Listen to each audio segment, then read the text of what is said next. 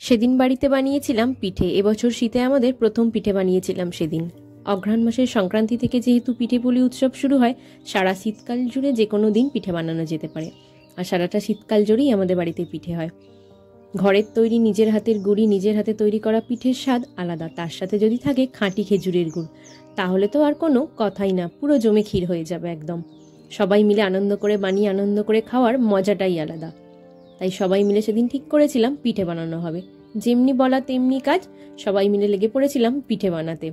সেদিন আমরা নারকলের পিঠে বানিয়েছিলাম। তারপরেও আরও দুদিন তরকারির পিঠে, ডালের পিঠে, দুধ পুলি সবই বানিয়েছিলাম। আর এই সমস্ত পিঠে বানানোর কাজ আমার মায়ের কাছ থেকে শেখা। আমার মা খুব সুন্দর করে এই সমস্ত বানাতে পারতো। মাই আমাকে সবকিছু শিখিয়ে দিয়ে গেছে। গরম গরম ধোয়া ওঠা পিঠের স্বাদই আলাদা। আর যদি তার সাথে থাকে নিজেদের গাছের খেজুরের গুড়, তাহলে তো আর কোনো কথাই না।